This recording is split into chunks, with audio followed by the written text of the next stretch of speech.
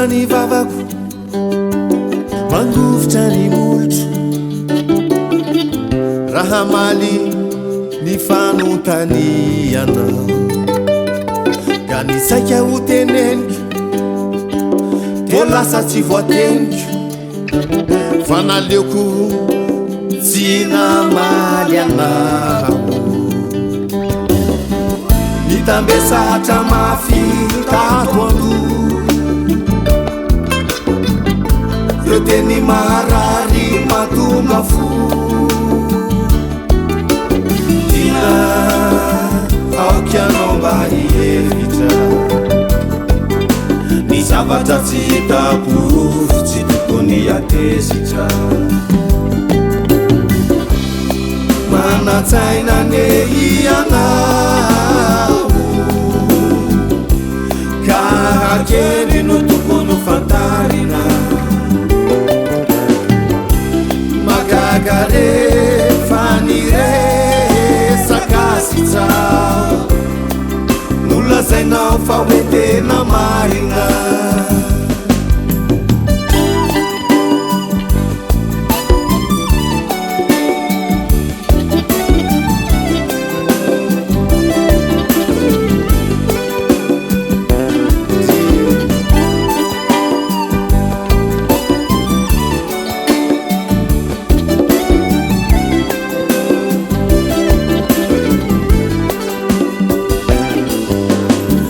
moni laza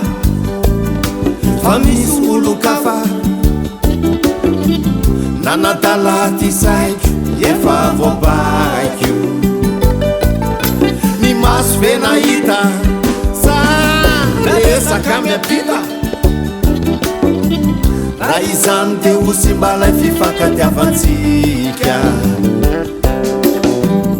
ho anao zay pino iny otsao